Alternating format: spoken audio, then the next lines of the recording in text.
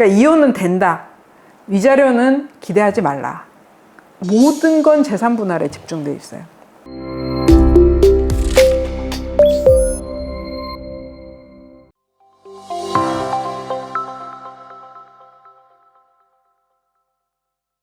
변호사님, 그 전북 지역 내에서만 이혼 소송을 300건 이상 진행하셨다고 하는데 의뢰인들은 어떤 변호사님이 이혼 전문 변호사님인지 잘 모르세요.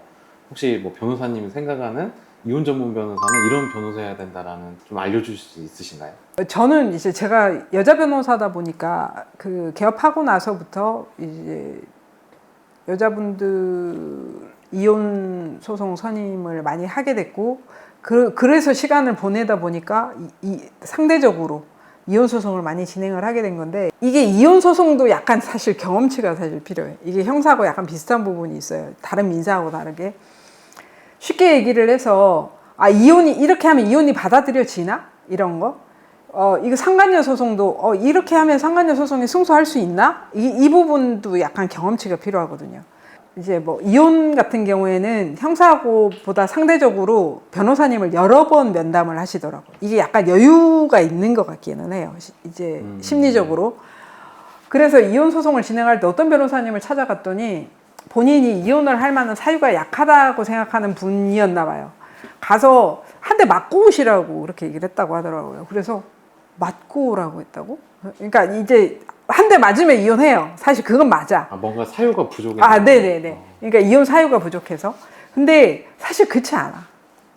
사실 그렇지 않아요. 저는 제가 의뢰인한테 그 얘기는 해요. 이혼을 하느냐 마느냐는 그렇게 크게 고민은 그러니까 법원에서 내가 이혼 신청이 받아들여지느냐 마느냐를 고민하실 필요는 없다.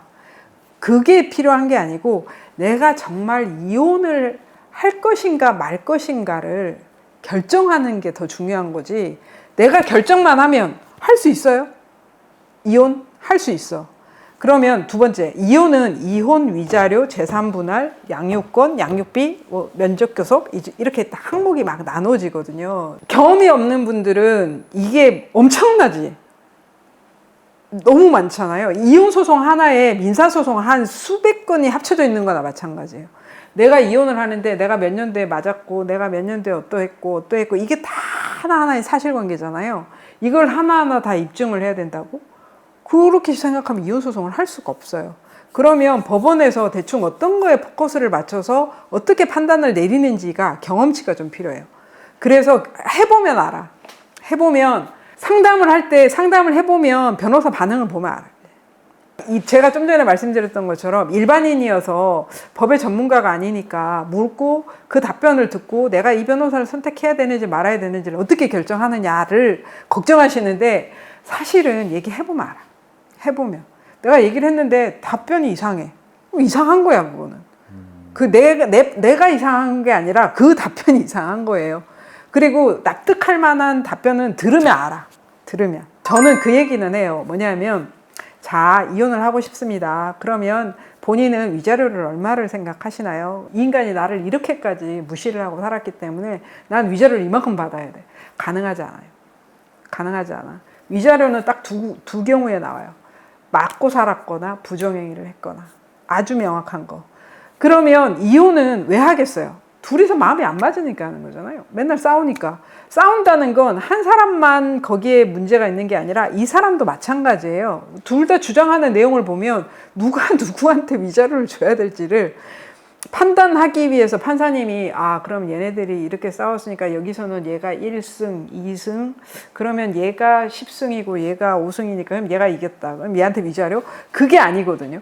그게 아니고 서로 티격태격, 그러면 너네들 둘 다 위자료 없어. 없어요. 부정행위는 훨씬 선명해요. 그리고 사실 맞고 싸운 경우도 이게 일정 선을 넘어야지 좀 인정이 되고, 위자료는 많아야 3천. 상간녀 소송까지 합쳐서 갔을 때 위자료 3천. 그거 빼고 나머지는 우리가 보통 싸우는데 이쪽이 좀 심하네 하면 1,000 받기 어려워요. 그러면 자 보세요. 1,000만 원을 이기기 위해서, 그걸 위해서 상대방을 그렇게까지 비난을 하고 나쁜 놈으로 만들고 이렇게 해서 중간에 우리는 이혼을 하고 나면 아이를 같이 키워야 되는 입장이란 말이죠. 떨어져서 여기에 지장이 있으면 안 돼. 그래서 이혼은 좋게 헤어져야죠. 좋게. 그래서 저는 비난을 위한 비난, 그러니까 나의 화풀이를 위한 비난은 자제되어야 된다라고 생각을 해요.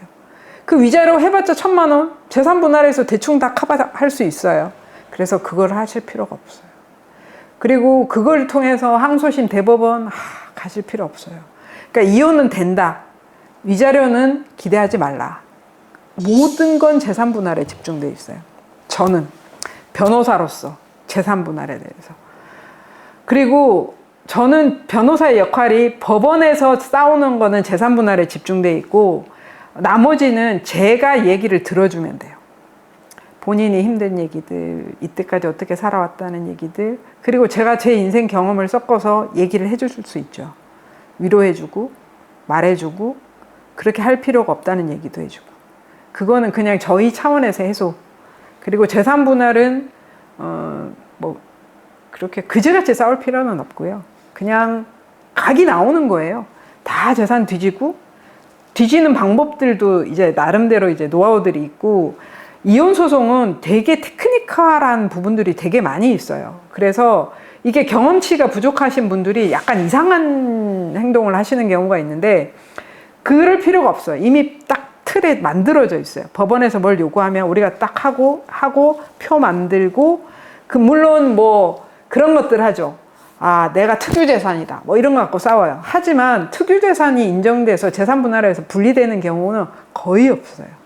다.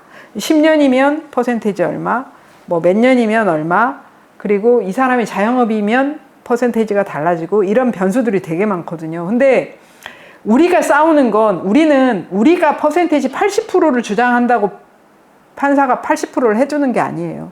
우리는 그냥 재산 분할에 대해서 우리가 할 얘기를 충분히 하면 나머지는 판사들이 알아서 해요.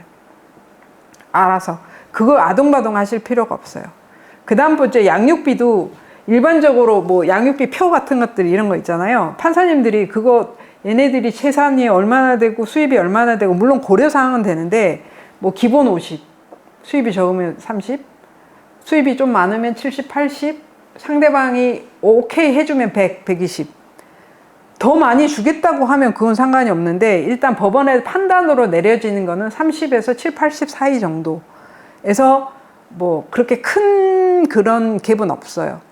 그래서 그 부분에 대한 것들도 상대적으로 개인들이 거기에 힘을 쏟는 거에 비해서 나오는 결과물들이 차이가 크지 않기 때문에 그렇게까지 싸울 필요도 없어요.